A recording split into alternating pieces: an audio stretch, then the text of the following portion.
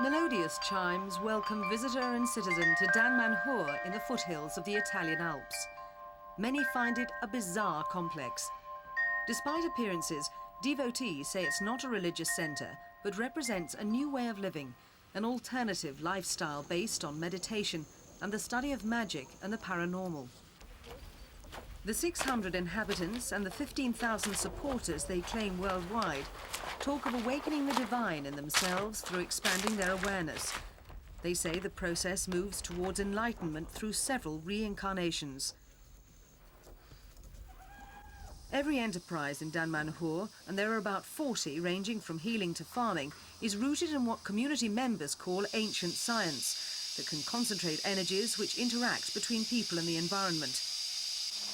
What many consider an eccentric foundation was the brainchild of Roberto Airaudi.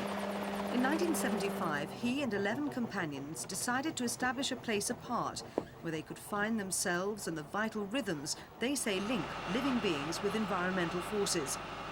Their ambition resulted in the creation of a unique centre of excellence in many arts and crafts, organised on a cooperative basis. Art and the study of beauty are basic to Damanhur's approach to life. Artistic endeavour, members say, refines the individual's sensitivities and gives the community an identity. The hand looms are original 18th and 19th century machines. Scarves, shawls, blankets and ties are all made on them. The colours too produced at the centre, in what's said to be the most advanced laboratory for research into vegetable dyes in the country. Exclusive metal jewellery is worked according to principles said to capture natural energies to the wearer's benefit. Damanhur products of all kinds are sold to raise funds for the ongoing building at the centre. Many goods are exported, books to Brazil and Spain, confectionery to Japan, the United States and Arab countries. In organic food products, Damanhur claims its Compagnia della Buona Terra is the Italian leader. Damanhur is named after an ancient Egyptian city. It sees itself as a mini-state and its people as a nation. It has its own schools, its own flag, constitution, elected bodies and currency. It has 1 daily and 3 weekly newspapers and an internal broadcasting system. The highest authority is with the guides, elected every 6 months. Their directions are implemented by the Citizens' Senate, also elected. A college of justices protects the constitution. But the heart of Damanhur is underground. The 7 faces in the middle of the ceiling of the Earth Hall were inspired by an ancient legend about the lost world of Atlantis. The hall, dedicated to the male principle, is one of the many rooms in the Temple of Mankind, a remarkable 4,000 cubic metre building inside the mountain. Its rooms on 5 different levels are linked by hundreds of metres of corridors. The whole composition tells of the individual's progress from birth via death to reincarnation. The 8 pillars of the Earth Hall are covered with vitreous china in white and gold.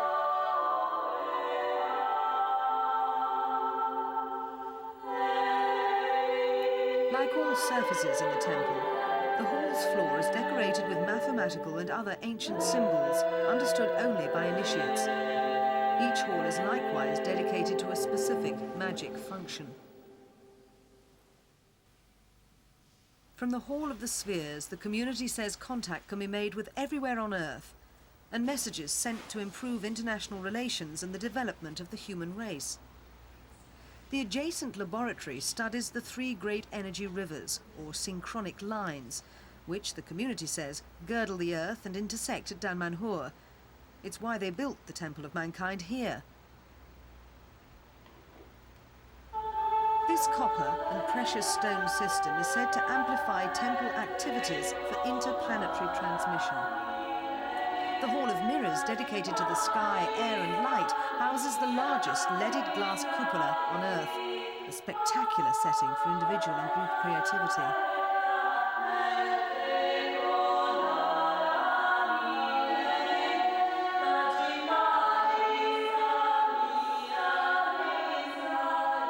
An Egyptian falcon hovers over the design, which is inspired by the journey of light from the sun.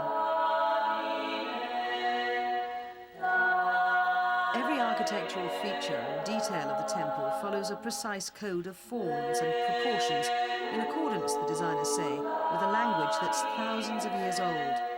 The total cost of the undoubtedly inspired engineering and decor is put at more than $6 million.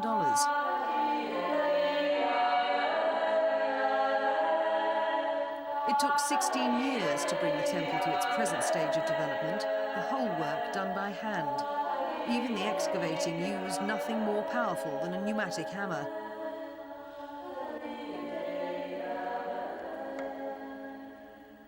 When Damanhur's pioneers first dug into the hillside to build their city of meditation and communion with the forces of nature, they wanted privacy and worked in secret. But when the character and extent of their work became known, it aroused suspicion and resentment. Since 1992, there have been attempts to shut it down.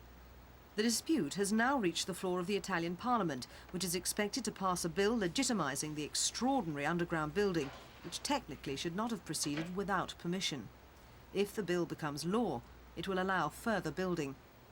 The community says so far only 15% of the eventual temple is completed.